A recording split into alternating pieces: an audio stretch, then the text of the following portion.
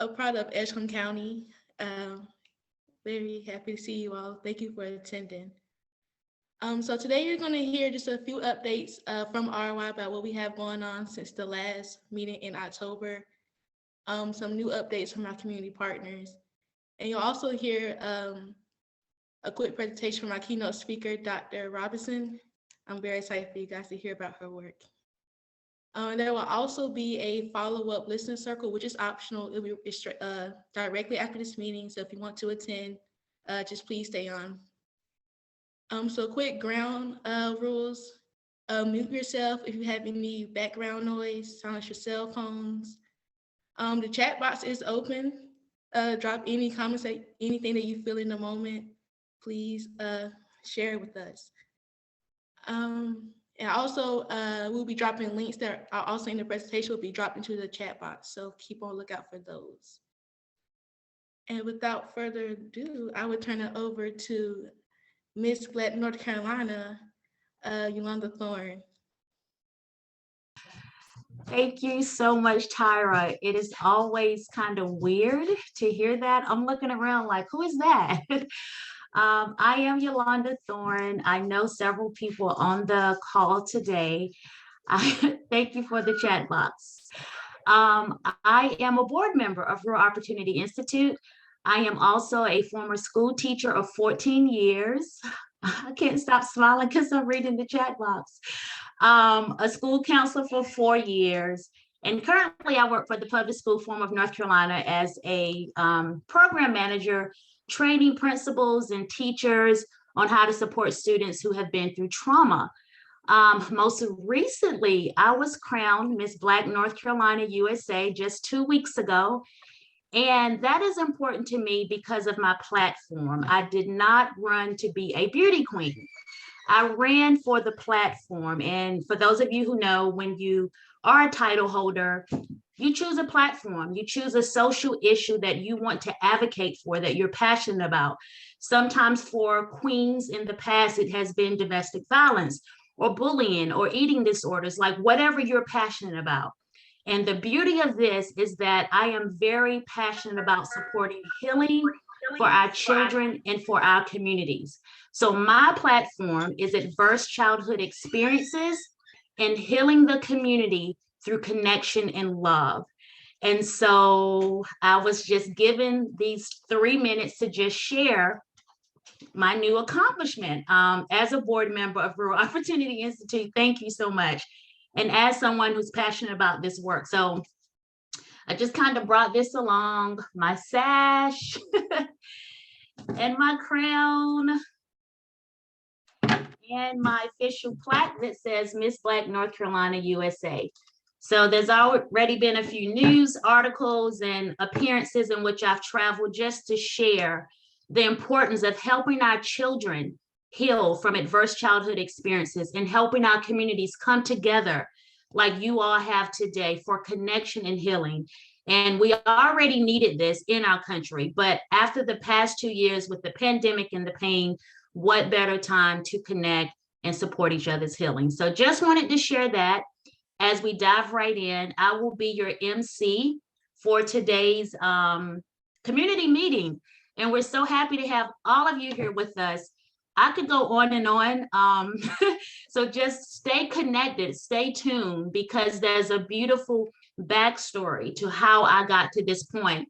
And Rural Opportunity Institute and the work that they have done and continue to do is directly related to how my journey led me to this title and as a member of this board. So welcome. You've received a welcome from me. You've received a welcome from Tyra. We're so glad to have you. We're going to dive right into a grounding activity to balance your nervous system. For those of you who have joined us before, you're familiar with this. For those of you who this is your first meeting, this slide right here gives you a very brief, it's a little more complex than this, but we want you to grasp the concept of what we're about to do with the grounding activity. So the short version is that every day we as humans, our bodies are energetically going through an ebb and flow. And I always do this with my hand to kind of show. Our energy is ebbing and flowing. Our central nervous system naturally ebbs and flows, ups and downs. That's normal. What is normal but not good is when we constantly get what we call a jolt to that ebb and flow. That jolt can be a trigger. It could be embarrassment. It could be pain. It could be disappointment. It could be simply waking up and realizing you overslept, like you're automatically energized, you're in this jolting mode. And what's happening is your central nervous system is bumped out of what we call our resilient zone. The ebb and flow is our resilient zone. When something happens that bumps us out of that resilient zone, there's a jolt, there's a trigger, there's a threat, and we could either be amped up with a lot of anxious energy, or we can be shut down with low energy. So we're getting ready to do a grounding exercise just to make sure we're all in our resilient zone right now. You may have experienced things before this meeting or even now that's kind of feeling like a jolt.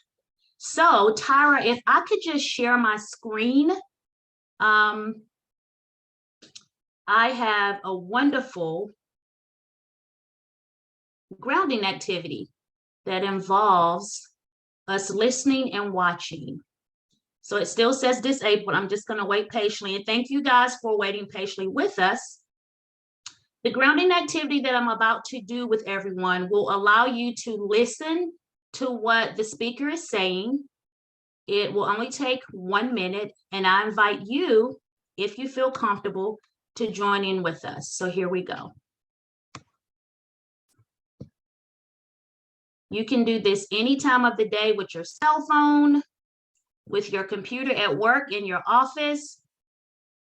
Just listen, and I invite you to join in with us. Hi, and welcome to Headspace. So no matter what's going on in your life right now, no matter how many thoughts are racing around your mind, no matter how the body's feeling, just take a moment to sit down and take a big, deep breath, breathing in through the nose and out through the mouth. As you breathe in, a sense of taking in fresh air, the lungs expanding. As you breathe out, a sense of letting go of any stress in the body, in the mind, just feeling the muscles soften and relax. And close your eyes if you'd like to. One more, breathing deeply in through the nose and out through the mouth. And just take a moment to pause. Allow the thoughts to come and go.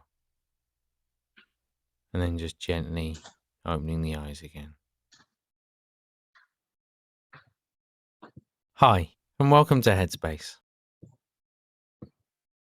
So I just want to share that although that was roughly, I'm thinking it was about 1.5 minutes, it is amazing when we pause and sense into what's happening in our inward body.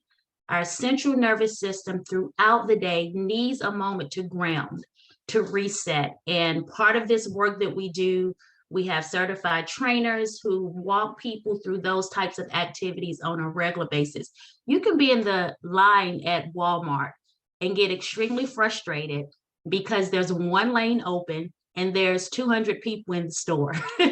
And you just want to scream and throw all your groceries away. I'm sure we've all experienced that. And you may be on the verge of saying something ugly, treating somebody bad, but just pausing, taking a few deep breaths, sensing in. That's just one example of a grounding activity to reset our nervous system. So I hope everybody feels a little more settled, that you're in your resilient zone, that you're going through that ebb and flow, and you're not feeling a jolt right now. So thank you for grounding with us. And Tyra, I think we can go to our next slide. Thank you for your support, Tyra, in helping me through this. So we have an amazing speaker with us today. And I just want to take a full minute to introduce her properly. I know people of her caliber sometimes are so humble and they don't care about a big introduction. But at the same time, when a person has worked very hard to get to where they are and accomplish what they have, I believe proper introductions are in order. So I have the honor of introducing Dr. Peggy Robinson. She is a holistic healthcare provider with nearly 2 decades of clinical experience. She uses her expertise in ethnobotany, herbal medicine, and acupuncture to heal, educate, and empower patients in the greater New York City area, the greater North Carolina area, and around the world. In 2002, she co-founded Cornerstone Healing, a Brooklyn-based private practice that uses Western and Eastern holistic philosophies to treat a wide variety of health conditions. Dr. Robertson treats patients dealing with gastrointestinal problems, asthma, allergies, weight loss, nutrition management, and mental health issues, including anxiety, stress, and addiction. Inspired by her Haitian heritage and upbringing, Dr. Robertson is deeply committed to integrating activism into her work. Her passion for human rights has motivated her to develop healthcare programs and treatments that address the needs of underserved communities and populations. And Dr. Robinson, we are honored to have you with us today. Without further ado, I give the floor to her. Thank you, Yolanda, for that amazing introduction. And congratulations, congratulations on really using your platform to empower. I know you're going to do amazing things. And as you said, that particular platform is just one of many tools that can help empower your community. So once again, congratulations on that crown, well-deserved. And again, I am here and I'm humbled for that introduction. I thank the Edgecombe Community Rural Opportunity Institute for allowing me just to share a little bit about what it is that I do, and in hopes to contribute to community empowerment. So again, I am Dr. Peggy Regis Robinson. People call me Peggy, call me doctor, call me Peggy. I'm cool with it all. I believe that caring for myself is not self-indulgent, it is self-preservation. And that is an act of political warfare.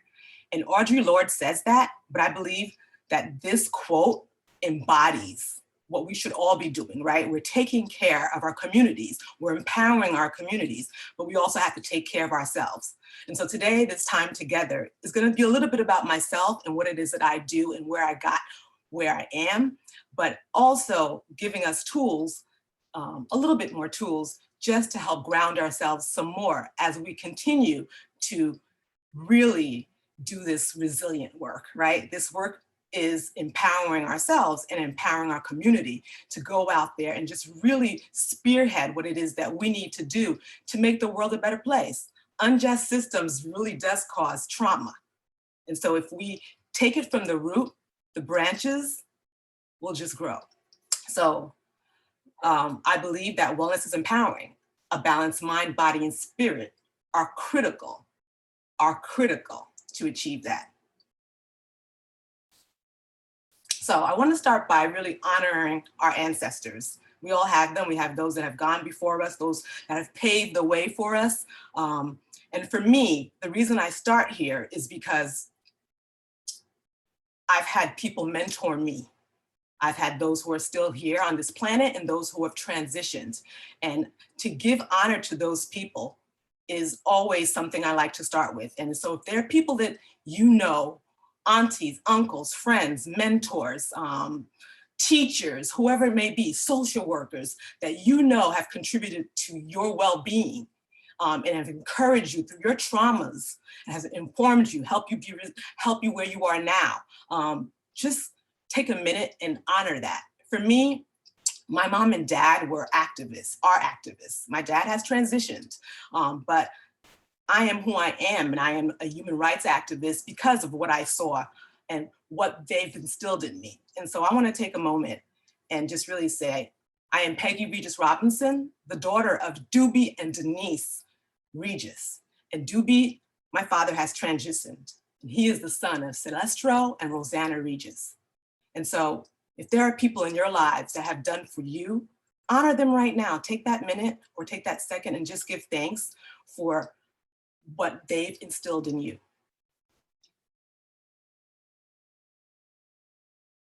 And so with that, what I want to say is my ancestors, those that have come before me, I'm going to go a little bit into my history, how I got where I was, and how acupuncture has played a major role in that. And so for me, as a Chinese medical practitioner, it didn't start there. It started, I was born in Harlem Hospital to a mother and father who just came into the country. We lived in Nyack, New York, but had to take the bus to Harlem to go see Haitian or French physicians so that they could understand what they were saying. So born in Harlem, then my parents were just starting out. They sent me to live in Haiti for 5 years. So the first formative years of my life, I lived in Haiti with my auntie who had 12 kids of her own. So she was raising her kids and she was raising me for 5 years, her and her husband.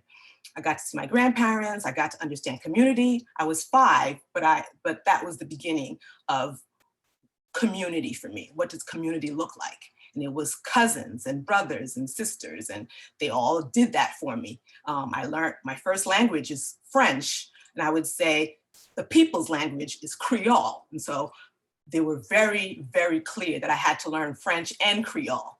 And so I speak French, Creole, and English. So 5 years, then come back to the United States. I come back home, I'm here. Fast forward, I'm in college. I was the to-go-to person in college where everybody would ask, Peggy, what herbs do you take? What do you do? How do you heal yourself? And I was that person, never thinking I was going to go into Chinese medicine. My original path was public interest law. That's what I thought I was going to be, an attorney. I was going to serve the public because I am someone who really believes in service to all humankind. And didn't really know if I wanted to go to law school. So I took a year off, met with this amazing activist named Arthur Kanoy, who was in the civil rights movement, and he was one of Dr. King's attorneys, and he ran Rutgers University. I sat with him, he said, Peggy, are you gonna come to Rutgers? I was like, Arthur, I'm not sure. He was like, okay, well, you're gonna take this year off, but I am one of the founders of Center for Constitutional Rights in New York. If you decide you want to stop by and do some work with us, come through. I said, okay, Arthur. I took a year off, did a bunch of stuff, came back, volunteered, did a whole lot of activist work there and realized that that was my passion. Set up clinics in Haiti, demonstrated against the traumas that were happening in Haiti, went to Haiti, did work in Haiti, and I loved it. But I wanted to do more. I knew that I wanted to do more, and I didn't want to be an attorney. I loved what they represented, but I wanted to just really go into the healing arts. So I went to Chinese medical school, and that was my passion. I'm not Chinese, but I learned a medicine that I felt was grounding and healing, and that it took two, right? I'm not just doing to you, but you are participating in what's going on. And that is something that works for me. So for us to empower each other for a better system and a better health was amazing. And so with that, I decided that I wanted to travel around and teach some of this. So I learned the NADA protocol, which is a protocol that's called National Acupuncture Detoxification Association. And it's a 5-point protocol that you do to really help with trauma, stress, and just really grounding people. But before I learned the NADA protocol, what I did was I started working at Lincoln clinics, working with people who had been either traumatized or under the influence, had been in prisons. And I learned about African Americans really spearheading ear acupuncture. And what did that mean to me? Me as a Black girl studying Chinese medicine, learning that there were revolutionaries out there in the 70s that knew this medicine, and they looked like me. And why did they pursue this medicine? Because their community needed it, right? An unjust system caused trauma, which was the drug epidemic in the 70s. And so you had the Young Lords, you had the Black Panthers, you had Dr. Small, who was a medical doctor from Oakland, California. Then you had Dr. Matula Shakur from New York, combining forces in 2 different states and really empowering the community to come out and do ear acupuncture and help heal their community. They took it and it did well for a while, and politics got involved, things happened. There's gonna be some stories that you can learn about when you click on the links to find out what became of the Young Lord, the Black Panthers, Dr. Shakur, and Dr. Smalls, and Dr. Taft, who was a major contributor to all this. But what came out of this was the NADA protocol. And the NADA protocol is used worldwide to help patients that are dealing with stress and trauma. I've used it in Haiti. I've used it in other communities, and it works. You know, acupuncture works. But if you can teach the community to just do these 5 points, social workers, teachers, just advocates, and really go into the community and empower them to do the work, that's amazing. And that's what it's all about for me. And so when I took on just really the goal of saying, hey, ear acupuncture is amazing, not only full body, but ear acupuncture is amazing. And this is something that people can do for themselves, become ear acupuncture techs. Let me go out there and train people to do this and see what results I get.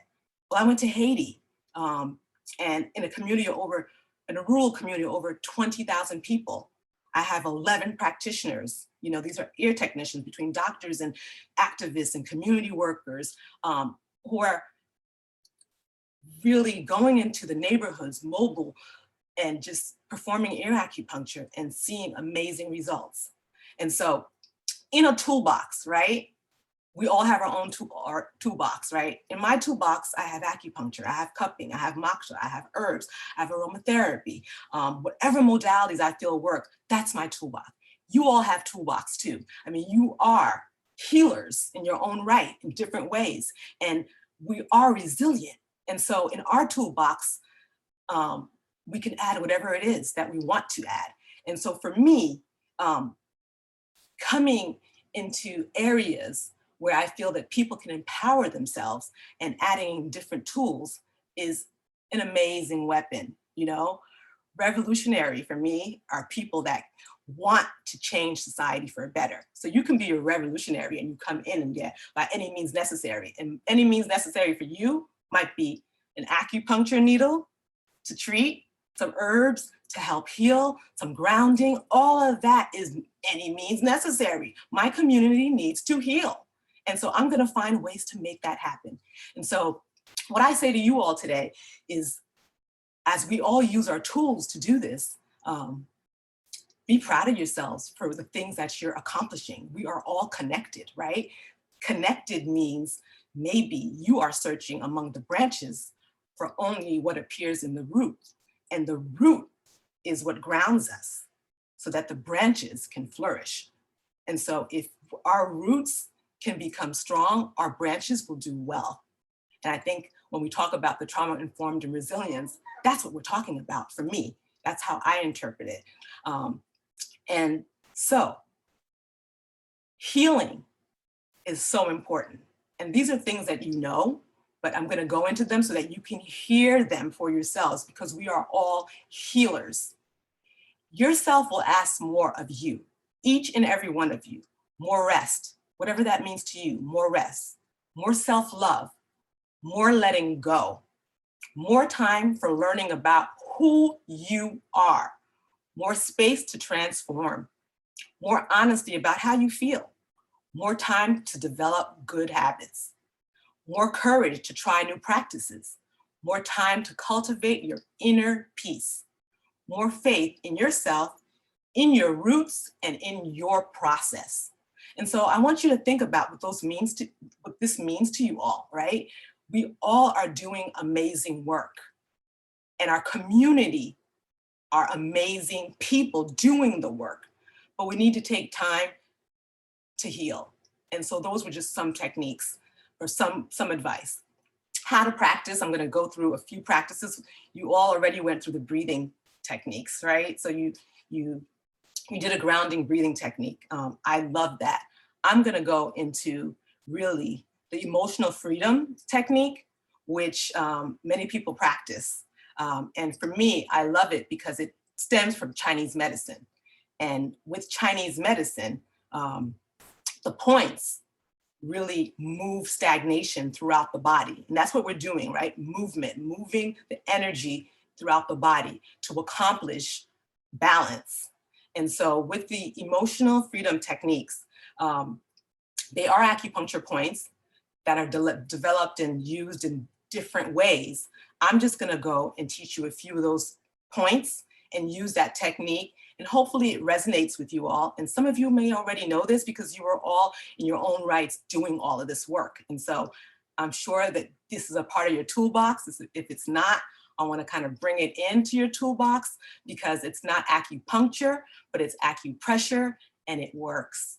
Next slide, please. So just breathe. Breathing deeply is the most efficient way to tell yourself, your body, it is safe and it's okay. Your breath and how you breathe is the body language of self-love. And so as Yolanda earlier went through with us, the breathing technique, just breathing in and breathing out.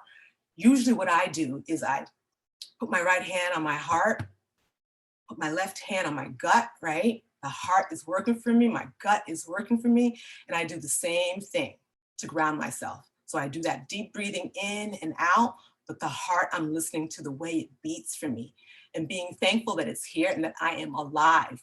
And as I'm taking all that breath in, just my lungs are expanding, and that my lung is expanding, I'm grateful that I'm here because some of us aren't, right? Some of us are going through things. And so just by being here, I'm okay. And so I take that air in and I bring it into my abdomen, into my belly, and I fill it up with gratitude, and then I let it go. I let it go. I let it go. I let it go. So breathing is so important. And sometimes we don't take time to really understand that I'm taking in that oxygen and I am alive. And for that, I am grateful. And so the points that I'm going to teach you for the emotional freedom techniques are, I want you to first put your hand out where the knuckles are, between the bone and the pinky finger. You're just gonna tap, right? About 5 times, you're gonna tap. So this is the first point, you're just gonna tap.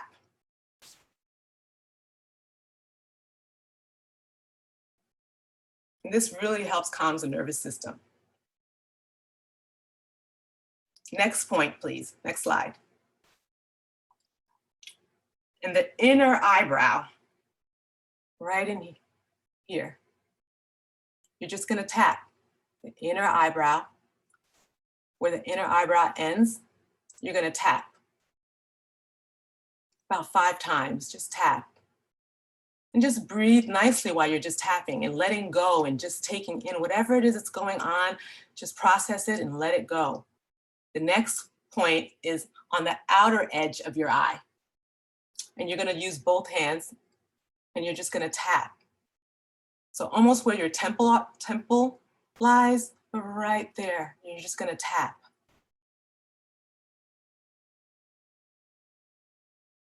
The next point is right underneath the center of the eye at the cheekbone, and you're gonna tap. And while you're doing all this, you're gonna breathe in and out, in and out. You're just gonna tap, letting it in and out, tap. The next point is right under the nose, tap, tap. Next point, please. Right between the chin and the lower lip, tap. About 5 times, tap. Next point, right below the collarbone, on either side of the sternum, right? The sternum, collarbone. and you're going to tap.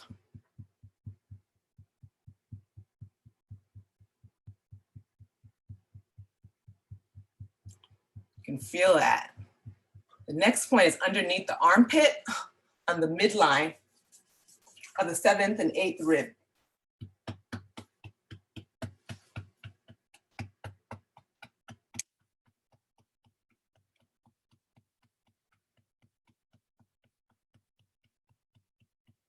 Tap. And the last and final point is on top of the head, right in the middle. And you're going to tap.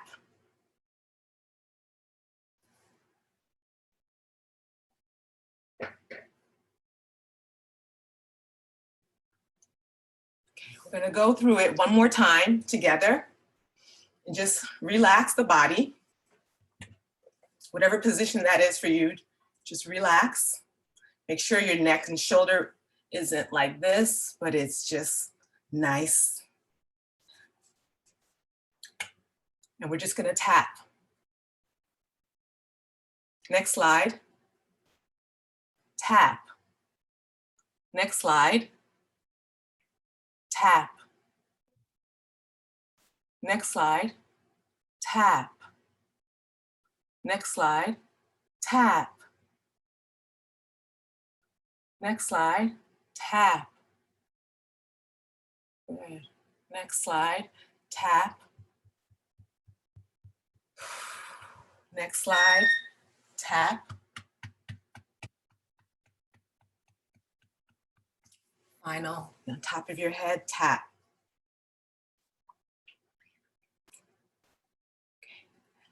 Perfect. And there are a few ways of doing it. I personally just go through this a few times when I'm stressed or when I'm feeling I need to ground myself, and I just do this. Kids love tapping because what that does for them is it allows the freedom of something that they can do themselves. No one else is in their space, and they're just relaxing and they're going through the motion. And so it's just something really refreshing and empowering about the calmness that it brings to their bodies. And so it's something that I do with children, I do with adults, in community acupuncture in a community setting. You can just sit and relax by yourself. And so I encourage you to practice this also. Put it in your toolbox amongst all the other tools that you have to incorporate and use with the community. And I wanted to, as an herbalist, I wanted to also just remind you about immune boosters and relaxation supports, right? You might have some of these things in your home cabinet, right? Cinnamon, ginger, black pepper, cardamom, elderberry, liquid magnesium, turmeric. These are things that you can find in your cabinet, some of you. And if you don't have it, these are some things that you can grow and make. And so I encourage us to take care of ourselves no matter where we are. And if we can't find them, contact me and I'll help you figure it out. No cost immune boosters. Let's talk about the no cost. So I just gave you a cost immune boosters, right? The ones you may have in your pantry, the ones you might have to pick up at the grocery store. But there are also some no cost immune boosters. That's the easy one, right? The one that doesn't cost the money, but allows you to still do the work. So there are no excuses. Limit media. That's a hard one, but limit media. Meditate, do yoga. It doesn't cost you a thing. Breathe. The air is free, it's yours. Breathe. Get quality sleep. Get some daylight in those eyes and skin. That means go outside, get some of that vitamin D. That helps boost your immune system. Practice gratitude. Be grateful even when you don't feel like being grateful. It works. Practice gratitude. That spirit of gratitude when you're having a bad day or when just things are just like so shaky, and you sit with yourself and you say, you know what? I'm building character. I'm building character. I'm grateful. I'm grateful. I'm grateful. I'm here. That's helpful. That's an immune booster. It sends signals to the body to just help release some of those endorphins because that's positive talk. So those serotonins and endorphins are being released in the body to just really help you help yourself. Move your body, right? Get some dance on, jump around, move, cartwheels, move around. Laugh. Laughing is medicine. I know people say that, but laughter, like when you laugh, you do let out serotonins and endorphins. So find a reason to laugh. It may not be every day, but find a reason to laugh and laugh your head off.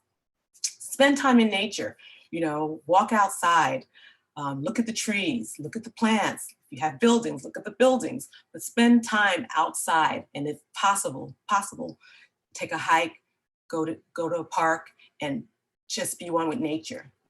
Connect with people in your roots.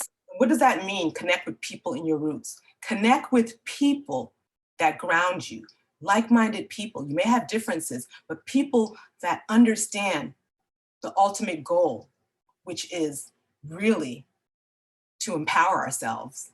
You know, connect with those type of people. And that's what we're doing. And that's what this is all about, right? That's what Edgecombe Community Rural Opportunity Institute is about, right? Connecting with people and planting those seeds so the roots can grow, you know? And so find time to do those things. Right now we're on this Zoom call, this square together connecting. It may not be, you know, physical, but I can feel you and see you and know that there's a connection because we're all here for the same reason, right? We're all here to better our communities and better ourselves and empower ourselves to do the work that we need to do to make this world a better place for ourselves, those to come, and those that will continue coming and seeing the work that we're doing. The next slide, how we can stay connected. So my name is Peggy Regis Robinson. That's my Instagram, my LinkedIn, my website. You guys can contact me whenever you need to contact me about anything. So the reason that I was asked ultimately to speak today was because I truly believe that knowledge is power in action. And anywhere I could be of service, I'm there. I don't have to remain there, but I'm there. And what does that mean? That means I enjoy helping start up stuff and helping people figure certain things out, the tools that I may have in order for them to learn and empower their community. And so Liz Hull, who's from Tarboro and recently moved back, had invited me and the practice that I work with in North Carolina. She just said, hey, have you guys ever thought of just coming into a community that I grew up in and offering some of our services? And we all kind of said, okay, let's just check this out. So she invited us, we went, I understood. And because I understood, I said to Liz, I'm on board. You know, what is it that you need from me? And so Liz Hull and Jessica Hicks, who is the owner of Willow Tree Yoga in Rockmount, and Inez, who some of you all may know, we all sat and spoke about how we could be of service to a community that's already doing the work. And what that meant for me was, let me figure out how I can bring ear acupuncture into this community if it's not here already, and help the community learn these points so that we can continue growing our toolbox. And Liz, you know, is an aromatherapist, she's a yogi, and we figured if we bring all of this, which you already have, but just amplify it to certain parts of the community and have it grow, that would be amazing. And so that's why I'm here, because Seth said, hey, this sounds great. And so I'd like to hear more. And so this is the more, right? This is how it started. This is the more, you know? And so before I continue about that, I wanna go back to each one of us. The more, how do we all hold space for each other? How do we all hold space for each other? Your mind, body, spirit are sacred. Your past, present, and future are sacred. On your journey, Remember to give yourself more nourishment and tenderness more than ever before.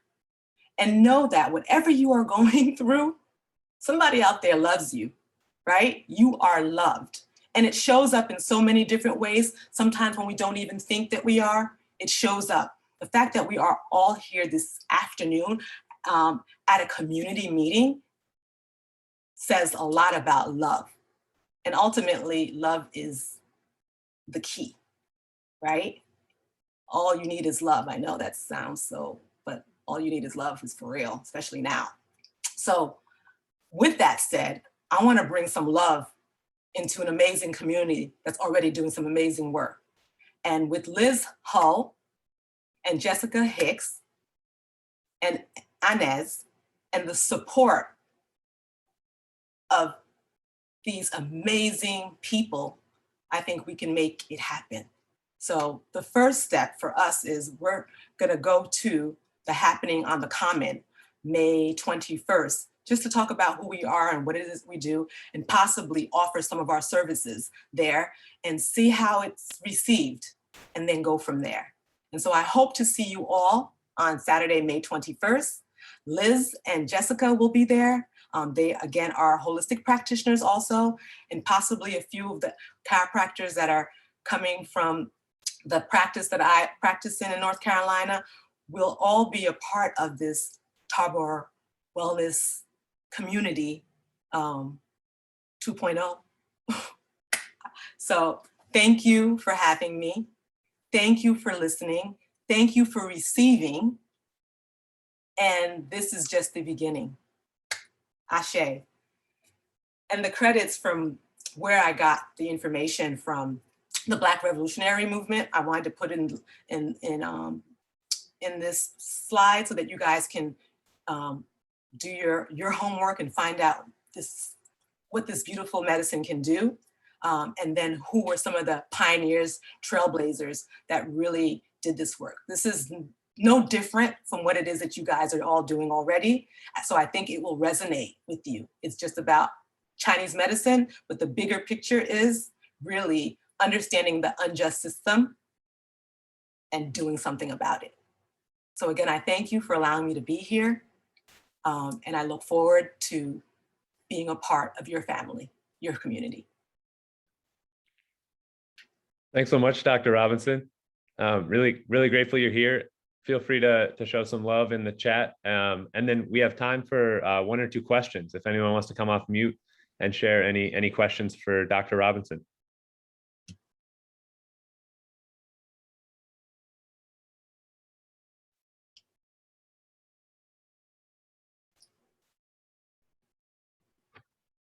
Okay, so I have a question. I was trying to be polite and let somebody else chime in. We'll have time after my question.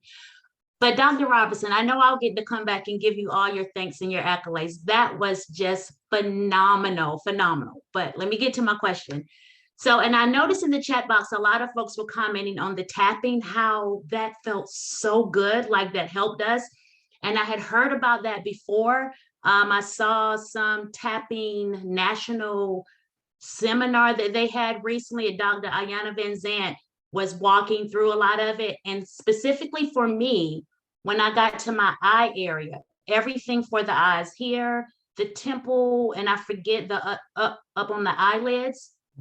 So my question is, if you get a certain sensation or relief, or if something comes up for you while tapping in any of those areas, does that mean something? Like, is there literature or something you can share with us? Because I was curious around my eye area, everywhere that I tap for the eye, just, I don't know, I sensed in and it brought up something for me. So can you speak to that? I sure can.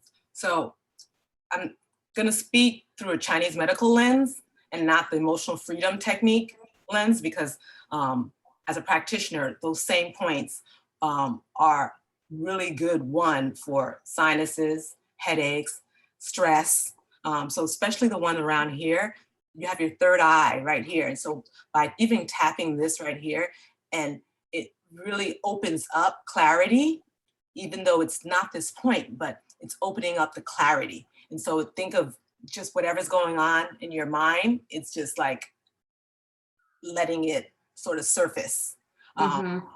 The temple, all of this right here is congestion. And it doesn't necessarily mean only physical congestion, but sometimes emotional blockage congestion. And so to be able to just release the sort of like the and open that up says a lot in the body. And so yes, sometimes when you're feeling certain emotions in certain areas, it's just telling you that your body is communicating, and it's activating the nervous system to help you release. And so the serotonins and endorphins were probably more activated when you were doing that, because something in that area might have been stagnated and it was being released. And even just the motion of doing it, you were just releasing it. Mhm. So that's from a Chinese medical stance.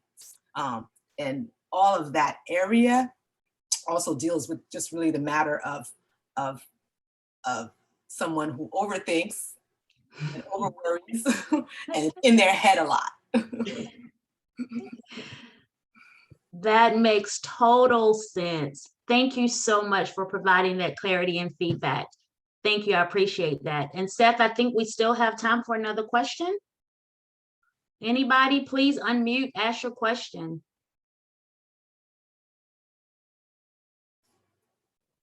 I just think it's so amazing how just that short period of tapping awakens so many things, and things that you're not even thinking about. So I guess my question is, as those things begin to resonate in your mind, and you start, do you just tap until they just kind of leave, or does it bring focus to you so that you can say to it, bye-bye? Yes. So if you read a little bit more about the technique, there are words that go along with it. And so when those thoughts are coming to mind, you're repeating them and you're saying it, and then you're releasing them. I'm showing you the physical and how it relates to the body in Chinese medicine, but this particular technique goes into if you're feeling anxious, if you're feeling defeated, if you're feeling happy, like you have to bring those words up, use it within the tapping, and then releasing them. And so there's a whole system that they have. My system today was just to introduce it to you, but you are very correct. If you look up tapping, and it's something everybody can do. So you don't have to go take a professional class for tapping. You can literally just go online and find a really good source and learn it. But there are words that go along with it, like whether it's affirmations or mantras, to help you affirm yourself and then release.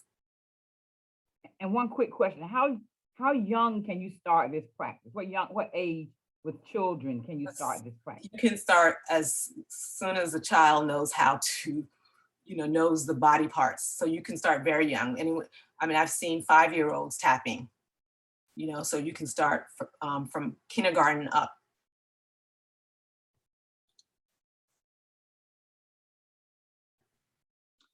Thank you so much to everyone for giving your feedback and asking your questions. I want to honor our time. I know that Dr. Robinson has given us her contact information. So if you have further questions, please, I can tell she's open to that. So please follow up. Before I move into our next presenter, I want to properly close out just how phenomenal Dr. Robinson was. Okay, so she started out sharing her journey with us. And thank you, Miss Jenkins. Let's all give her some love. Like, she started out sharing her journey with us, honoring her parents. I'm reading from my notes because I'm a note taker. Honoring her parents, honoring her heritage, honoring her ancestors. I literally got goosebumps when she started off that way and knew we were in for something great. And if I'm not mistaken, she mentioned Audre Lorde Taylor about our service to others. That really spoke to me. When I recently won Miss Black North Carolina, that was part of my platform. Again, it's all about service to others. We thank you so much for your service to our community and to all the communities you are showing up in. She speaks 3 different languages. Like, what in the world? She has so much in her toolbox. So I just had to honor that. She also spoke about how we all have stuff in our toolbox. We all have our tools. And I just think that aligns so much with this work that we're doing with ROI in terms of connection. She literally touched all about connection, all about healing. And so I just encourage all of us to continue with the community, continue to fill our toolbox, continue to share what's in your toolbox with others, because this is what it's all about. And the last two things she kind of closed with after the tapping was importance of laughing. Like my kids tell me all the time, Mommy, you are too serious. And I finally listened to them and realized that laughter is the best medicine, like that belly laugh that you just sound crazy, you snorkeling like a pig and tears are running down. It heals, the best medicine, right? And then she closed with, you are loved. Anybody who knows me, I will spread love till the day I'm 6 feet under. So everything you said resonated with me. We appreciate you. We feel honored to have you. We are going to do our best to show up on May 21st at the Commons for what's happening. So thank you, Dr. Robinson. Thank you, Liz, Seth, Inez, Jessica, and everybody who played a part in this. We appreciate you. All right. Thank you. Thank you. And again, I am open to talking, so please email me. I'll respond because this is what I do, community work. Thank you. You are welcome. You are welcome. We're so honored that you're with us. So we're going to move right along because we have to honor everyone's time. Next up on our program, I believe we have Vici. She's going to share with us about community strategies that we are working on. So Vici, it's all yours. Thanks, Yolanda. And yeah, thanks, Dr. Robinson. I myself am sort of like still feeling it in my body. But yeah, as always, super excited to have everyone here for a community meeting. Just wanted to take a couple of minutes to share some of what we've been up to at ROI. Just a little bit of a reminder of how we got here for those that for whom this might be your first meeting, some of the new programs we're working on, and then different members of the team will share a bit about ways to get involved in some of the things we're doing. So just, I mean, we heard Dr. Robinson say this multiple times, but ultimately at the root, we believe that unjust systems cause trauma. And so at ROI, our goal is to try to support community members, organizations, the community as a whole to find ways to move towards healing and to try and dismantle and reconstruct systems that may have caused trauma throughout history and continue to do so today.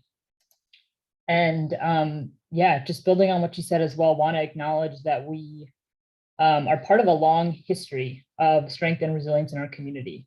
And so we're not the first people to do this work. We're definitely not the only. There are tons of examples of how our community has continued to push against unjust systems and continue to promote healing for a long time, and just excited to continue to build on that and be a part of it. A little bit of history of ROI and how we got to today. So we actually started working on this about 5 years ago now at a community meeting that was much smaller, but had a lot of the people in this room were at that meeting.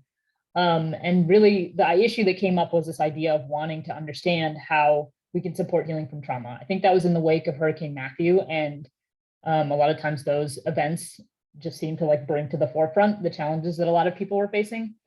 And so what we did was bring together a group to start to understand if there was a way that we could create a rural community that supports healing. And so one of the first things we did was engage several community members, probably a little over 300, many of whom are you all, in building a systems map. And the goal of that map was to try to get out of our heads and onto paper the underlying patterns in our community around how and why we see systems perpetuating trauma. And not only that, but also the places where there might be bright spots or positive things happening as well, to just take a look and say like, okay, what explains all the things that we're experiencing? And some of the themes that came out were basically that after building this map, people named that a lot of our systems don't support healing because they often segregate and isolate people who are experiencing trauma away from opportunities for healing. So you can think of the physical spaces that do this. Jails and prisons, A lot of times, like, within schools, there might be alternative learning programs or special ed or different types of things that sort of serve to continue to isolate people. And in those spaces, oftentimes, rather than providing healing, they sort of, people continue to hold the trauma in their bodies, and that contributes to this sort of like generational pattern. And so the question became, like, looking at all that, are there high leverage places where we can intervene and start to do things differently? Not only for our community, but also to hopefully serve as a model for other communities like ours to learn from. And so we did some activities with people to identify like where there was that energy and where were those opportunities for leverage. And what came out was a 3-part strategy, which continues to guide all of us today in terms of the work that we do. And so the first part of that strategy was learning and literally like increasing awareness in every space about what trauma is and how to respond. The second part was then thinking about how we can heal by changing practices away from being punitive and isolating and towards implementing more restorative practices. And examples of restorative practices are kind of the things that Dr. Robinson's been sharing, that other people have been sharing in these meetings. Like, we're already doing it. And how do we just continue to do more of that? And then finally, helping people stay connected in this process to opportunities for school, work, wealth building, and ultimately a vision where people who have experienced trauma and healed become the people in the position to provide healing for others. And so this is the vision that the community named, that we've been kind of working towards since then. And so I want to share a little bit about some of the programs that we've been doing in alignment with this, and then you'll get to hear from some other team members too on some new things we're working on. So one of the things that we did after finishing that mapping process was forming a community board. You heard from Ms. Yolanda already. Here's some of the other board members. And the goal here was for residents to be able to hold all of us accountable to that strategy. Like, if that's what we said we were going to do, we want to continue to make sure that the actions we're taking and the way that we're using resources stays aligned to that. So just a ton of credit to these people, as well as everyone on this call, for continuing to show up in these spaces and hold us accountable. I talked a little bit about how awareness building and learning was a big goal. In pursuit of that, we partnered with an organization called Resources for Resilience to begin to offer 2-day as well as shorter trainings and presentations all over the community on resilience. And this is a little bit of what we've been able to do. So our group of trainers has reached over 13,000 people. And that is through over 100 awareness building presentations, over 80 trainings and practice groups, like lots of listening circles, just a ton of engagement in a lot of spaces. And that is largely due to a lot of these people. So there are 23 community members who have become certified as resilience educators and are now leading all these trainings. And it's just, yeah, they have been going to tons of spaces and sharing this information. A lot of them are on this call, and it's just had a pretty large impact. Additionally, we've been working on some other new things. I'll share them quickly. One of them is a podcast called The Resilience Zone that some of you might have already heard of, but it grew out of a project with the school system that a lot of people on here were part of. Naeem, Byron Hall, Andy Harding. I don't know if all these people are on here right now, but they basically worked with Elijah Sellers and Gabby, who are graduates of ECPS, to create a podcast where they are the hosts and they interview other youth and community members and talk about resilience skills and how they show up in everyday life. So I'd encourage you to check that out and listen to that. And hopefully there will be a season 2 on the way. And there's been some articles in EdNC. They kind of helped us publish this podcast. So there's some articles too about that experience. And then one other thing we've been working on is connecting the work we're doing with policy change. And so we have been working with a grad student to try to figure out how we can start to capture the learnings and the expertise of everyone in this community and use it to influence policy change at the county and state level. And so you may start to hear about some opportunities to attend listening sessions where you can share the kind of like policy issues that are coming up most for you in terms of either contributing to or holding us back from healing. And the hope is that over the course of the year, we might be able to develop some proposals that we can propose to improve things. One example of a policy we are working on is improving trauma-informed support for school resource officers. And so that's come up a lot in a lot of spaces. And I think there's a ton of opportunity there. The school system and the sheriff are great partners. And so if that is something you're interested in, we can send it out in the follow-up email, but there will be a listening session on April 4th from 12 to 1 to get more community input on what that policy could look like. And so that's just like one of many things, but another area that we're trying to grow. And then finally, we are always trying to pursue new and promising ideas to see if they can grow into new programs for us. And we do this in something that we call the Small Bets Lab, which kind of sounds crazy, but it's just the idea of taking a small bet on something exciting to explore it further. And so we are looking for 4 people to work with us this summer to explore different small bet ideas. And this could look like a kind of traditional internship if the person is a student, or it could look like kind of a short-term contract project for any of you who are also professionals.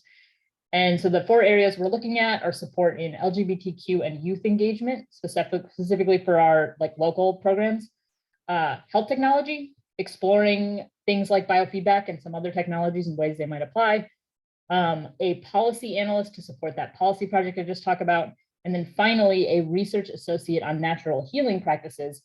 And what I'll say is, if you thought that Dr. Robinson's presentation and work were super interesting, that's kind of the type of thing we are looking for someone to help us dig more into. And so if that resonated, or if you can think of someone who kind of might be interested in that, we would encourage them to apply to whichever of these roles seems like a good fit. And like I said, it would be mostly for the summer and can be kind of flexible on the structure depending on other commitments. So please spread the word for that. And yeah, I think that's kind of all my updates. Now, I'm pretty excited to share that in the last couple of months, we were also able to hire and onboard a new team member. Her name is Courtney Richardson. She is our new Strategic Initiatives Program Manager. I will give her the chance to introduce herself, but just wanted you all to get to know her and welcome her. And we're super excited to continue to be able to grow our team in this way. So with that, Courtney, I will turn it over to you to take it away. Thank you, Vici. Hey, everybody. Nice to be in space with you guys. And I recognize some of your faces from previous meetings. And I don't know, it feels like eons ago when we were together in person, but I actually was at a community meeting back, I think in 2020, or no, excuse me, 2019, before things happened with COVID. So I can't wait to the possibility of potentially seeing you all in person soon, seeing your faces. But again, super excited to be a part of the ROI staff, and just really energized by the work that's happening throughout the organization and throughout our communities as a result. And just really excited to dig in with you all and stand beside you in the work. One of my roles as Strategic Initiatives Program Manager is helping to lead the Resilient Leaders Initiative. And so that program has kicked off here last week, or the other week on the 16th, and we're just super excited about it. But to give you a little background about Resilient Leaders before I dig into what's happening currently, just so some of you know what the program is all about. Resilient Leaders is a 9-month program that we have where we collaborate with different organizations throughout the community, throughout Eastern NC, to really just take a look at what they're up to in their organizations, and how their policies, practices may or may not cause harm, and how to just create policies around it to better serve their communities. Next slide, if you don't mind. Tyra, I think it's, yeah, Tyra's the word for it. Thank you. And so, like I said, the goal of the program is to just get in collaboration with organizations around how they work through challenges and best practices for their organization, and how they work to build solutions for their own organizations, and just share that learning with organizations like theirs. And so next slide, that'll be it. And I can talk about that one later, but wanted to introduce to you our cohort teams. This cohort, throughout the 9 months, we'll be working with 5 really great organizations. Edgecombe Community College. We have Coach Victor Udoiwa coaching those individuals over at Edgecombe. super excited there. Eastern Star Missionary Baptist Church is with us. This cohort, Dr. Jamie Mendoza Williams is helping to lead that work with us there. Upper Coastal Plain has joined us as well on Council on Governments, and Tara Siebel is coaching them. And we also have Southwest High School of Edgecombe County Public Schools with us, this cohort, and Jamila Bowden out of Chicago is working with us, with them. We also have, rounding it out, Wilson County Department of Social Services. They're super excited and engaged and ready to go and get some new learning and develop some new strategies, and their coaches, Chuck Price. Next slide for me. There we go. And as we talk about the program at large, there's 3 phases in RLI. There's a phase that lasts from about March to May, then from May to September, and then September and November. And throughout this program and throughout the timeline here, you'll see that we'll be gathering our all of our teams together in one place alongside us to have what we call convenings. And so we had our first convening on March 16th. That was our kickoff. We shared updates around what they can expect in the program, some learning that needed to happen with creating norms for their teams and things like that. Lots of powerful learning happened in that kickoff. Had some fun and engagement and culture there, had some drawings and prizes, and just got the cohort settled in for the work that we're about to take on together. And so, as you can see, we have several other convenings left. We have convening 1 happening March 30th. That's going to be really powerful as well. We're going to talk about some trauma and resilience history and context there. So really excited about that. And then convening 2 all the way to convening our final celebration culminating November 16th. So there's a lot of things happening, again, across the course of the timeline. To Vici, what Vici shared about small bets earlier, that'll be happening on convening 4, where organizations will be connecting with each other to brainstorm about, hey, what do we want to see differently in our organization? And what bets, so to speak, are we placing on making change, right? And so there's a lot of exciting things happening across the course of the timeline, where they'll be sharing community with each other, doing projects, doing activities together to get to some goals and strategies and practices that they'll create to make some changes within their organization. So that's some really exciting things. Next slide for me. And I'm going to hand it back over to Seth. I thought I had more to talk about, but I'll just share a couple of more notes on the program before I hand it over to Seth. We were just really excited about, again, all the learning that's taking place. There's a very clear vision laid out for the program, and that was made very explicit during our time together in kickoff. We onboarded some wonderful coaches, like I shared, that we working alongside those teams and helping them engage in that learning. And coaches in those roles will help facilitate in spaces where they're meeting with teams weekly to, you know, check in on updates, like what are you guys up to? What do we want to be true again for ideas you have? And so we're looking forward to lots of success and brainstorming and thought partnership, and most importantly, community together as we think about goals and new strategies for these organizations. So super excited, handed it over to Seth. I can't wait to meet you all more personally, and I'm so excited to be here. And yeah, Seth, I'll hand it over to you. You guys take care. Thanks so much, Courtney. So excited that you are leading the Resilient Leaders Initiative. So I will very briefly share with you, very grateful to be with you all this afternoon. Just want to share an example from a success story that came out of cohort 1 of the Resilient Leaders Initiative. So like Courtney shared, this is the second cohort that's just kicking off.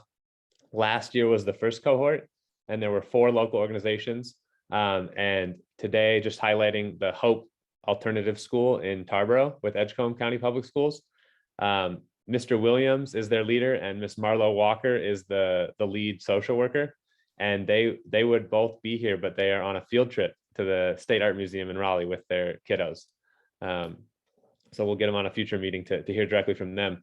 But just wanted to share very briefly, really exciting stuff. So Mr. Williams identified for his students at the alternative school, it's the place that students go when they're suspended or expelled from their home base school. And Mr. Williams and the team, through interviewing students and parents and community members, identified mental health as one of the biggest challenges they wanted to address. And so they did a lot of different little bets. They tested connecting students to small businesses to get jobs. They tested integrating mindfulness and meditation into the classroom. And their third little bet was around getting a mental health contractor into the building. So Miss Marlo Walker was hired. She's a licensed clinical social worker. And what makes this really innovative is that through the program, they figured out, and ROI supported them to figure out how to build a state Medicaid for the services that are provided in the school building. So there are kids at the HOPE program at Tarboro High who are receiving one-on-one counseling and one-on-one mental health support that is at no cost to the school district, no cost to student and families.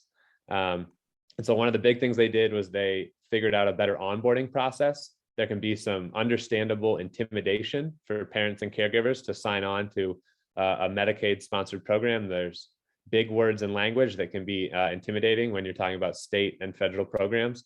And so we supported HOPE to redesign their intake process. And since then, 100% of the parents have consented and been excited for their students to receive services. And then just got really in the weeds to help them figure out the billing part. But what is exciting about this, what's most exciting is the positive impact for students in our community. And then secondarily, what is also exciting is that HOPE can be a model for any other public school in the state. They're the first alternative school to use this creative billing to Medicaid to be able to provide these services. And you don't have to be an alternative school. You just need to be a public school. So any public school could learn from HOPE and replicate this. And there was recent coverage in EdNC Online, really great feature on the students and on Mr. Williams and Miss Marlo Walker, the social worker, and just a huge shout out to their leadership and to their team, and just wanted to lift that up and celebrate them. So hopefully the organizations on this year's cohort will be able to share in due time what they learn and understand about their users and the solutions they develop. And then before going over to Tyra, just want to share a brief moment for Miss Denise White Harrison Johnson to give a partner announcement about some substance misuse programs happening in our community.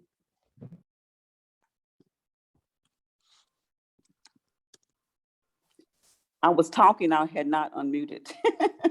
So hello, everyone.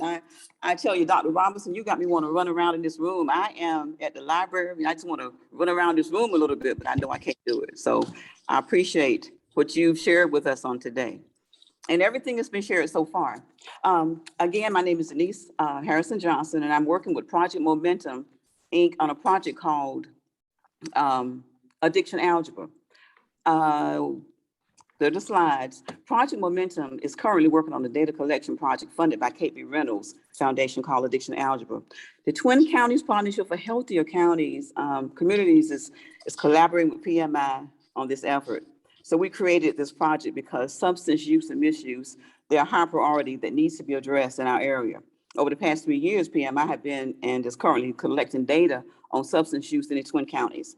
So we're looking at this through our community. We're interested in and have been interviewing individuals from multiple domains, including political, elected officials, lawyers, et you know, community, civic community and churches, organizations, healthcare, on individuals and for individual and interpersonal surveys. So we're currently recruiting individuals right now who are currently using alcohol and substance or have some level of recovery sobriety, who would like to participate and confidentially share with us their thoughts and perceptions on substance use and misuse in Edgecombe and Nash counties, while providing input for solutions. And there are incentives for their participation. And we're also excited to share, there are 2 flyers there, but you have 2 flyers. One is interpersonal and one is individual. We're excited to share that we're also starting our interpersonal domain. And in this domain, we want to hear from family, friends, and sponsors, mentors of those who are currently using alcohol or substance, or who have recovered from sobriety. We would like them to confidential again. Everything is confidential. No names are attached to the surveys. Their thoughts, perceptions, and of course, substance use and misuse in our area while providing input for solutions. And that's what we want, input for solutions. And again, there are incentives for those who participate in this research study. So if anyone is interested in learning more about our Addiction Algebra project, please contact Amber Hanson. And it's on the flyer. The following number is 977-0765. It's 2 numbers, or 252-462-1276. And her email is on the flyer as well, but I can also tell you that her email is amberpmi@outlook.com. So if anyone is interested in AA, and if you would like for someone to come to a meeting that you're having or to your church to share this information about AA, addiction algebra, we would love to come and share this information with your church or organization. And I'm almost finished. What I would like to share is MAT. I don't know whether you all have heard of MAT or not. MAT stands for Medication Assisted Treatment. That's the flyer there, the colorful flyer. And medication assisted treatment is the use of medication in combination with counseling and behavior therapies. And those behavior therapies could be depression, anxiety disorders, but it's an approach to provide the whole person. You know, not to leave out other things that may be going on with the individual, but to attend to the whole person, to provide a whole person approach in the treatment of substance use disorders. And it has been proven clinically effective, scientifically reduces the need for inpatient detoxification services, which is great. It provides a more comprehensive, individually tailored program for medication and behavioral therapy that addresses the need of most patients.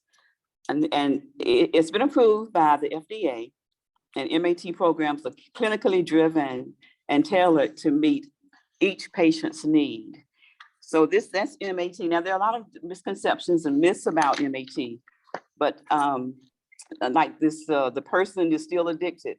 These are all myths and misconceptions. Only people who have severe addictions should receive medications.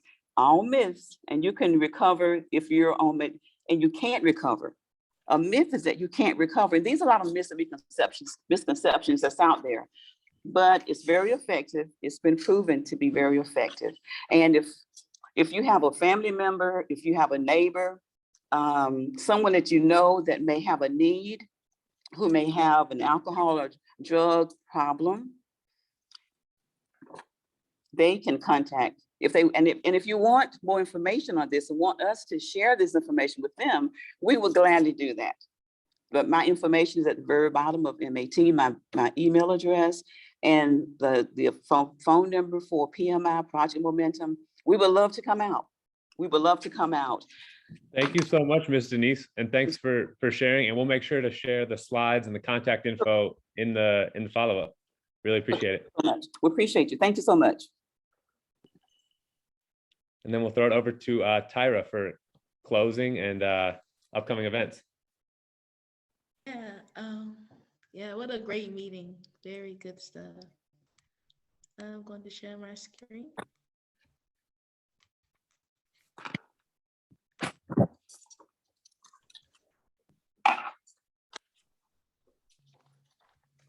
So if you want to hear more from ROI, have us speak at your engagement, there is a request form on our website. We will also send out in the follow-up, we will send out all links, the slides, recording, everything that you've seen, we will send out to you guys. So don't worry about that. Next, we have our Reconnect for Resilience training. This is a request form. If you want to host one for just only your organization, feel free to fill out this form and we'll get the ball rolling on that. Next upcoming, so April 19th, we are now offering free awareness building to anyone in our community. So April 19th, we have a free awareness building happening at 11 a.m. If you type in Rural Opportunity Institute on Eventbrite, will pop up.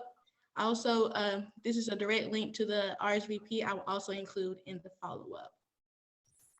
Same with the RFR training, we're now offering free RFR trainings as well. We just hosted one in February, which filled up, it was like almost 60 people. So be sure to claim your spot. This is happening June 28th through June 29th.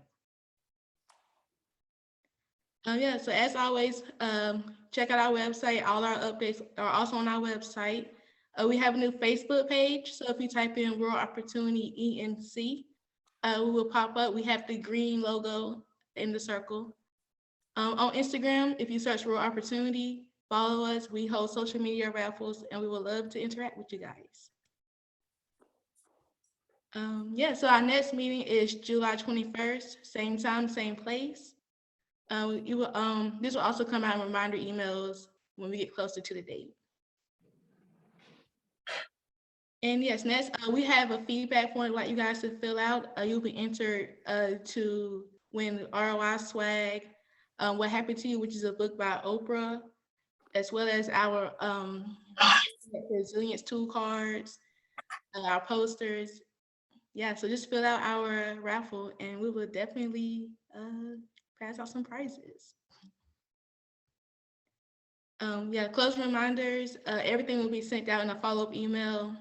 Please fill out the survey and please take the time to share gratitude in the chat for something that happened great in this meeting. Also, there will be a follow-up listening circle led by Miss Black, North Carolina, USA. So stick around if you want to participate in that. And I will now turn it over to her for her to ground us in the closing.